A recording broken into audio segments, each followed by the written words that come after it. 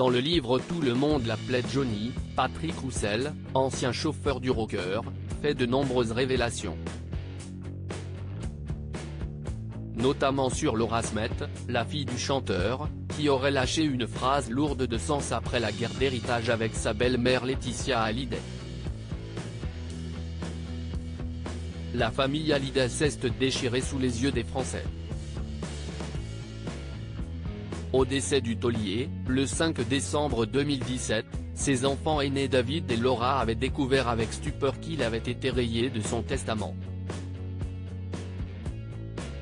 Alors qu'il vivait à Los Angeles, l'interprète de Que je t'aime avait profité de la souplesse de la loi américaine sur l'héritage pour changer au profit de ses deux plus jeunes filles Jade et Joy, adoptées avec son épouse Laetitia.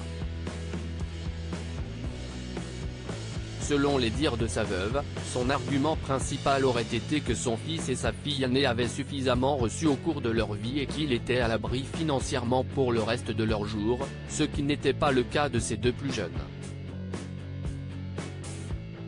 Il ne demeure pas moins que la pilule a eu du mal à passer auprès du fils de Sylvie Vartan et de la fille de Nathalie Baye, qui ont donc attaqué en justice le testament de leur géniteur pour tenter de le faire invalider. Une bataille judiciaire qui s'est soldée par un accord avec Laetitia Hallyday, laquelle a été désignée comme l'héritière principale. Laura fière du morceau écrit pour elle par Johnny Hallyday. Alors que cette querelle familiale a passionné les Français pendant plus d'un an, Laura et David Hallyday, les principaux intéressés, ne se sont quasiment jamais exprimés publiquement au sujet de l'accord trouvé avec leur belle-mère. Ce qui ne les a pas empêchés de le faire en privé.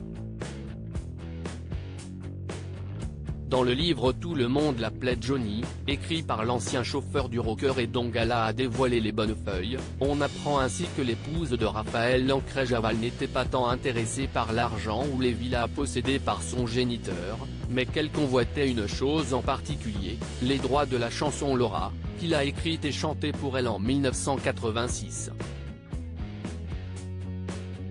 Un morceau très intime, aussi bien pour le père que pour sa fille. Je n'ai jamais vu l'artiste interpréter Laura sur scène.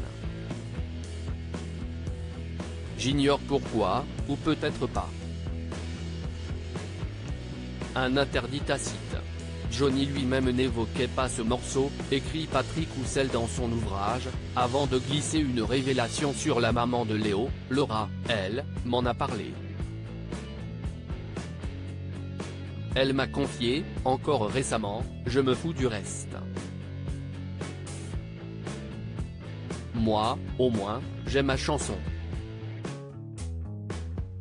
Un maigre lot de consolation pour l'ex de Frédéric Beigbeder, qui aura au moins hérité de ce cadeau inestimable de la part de son père.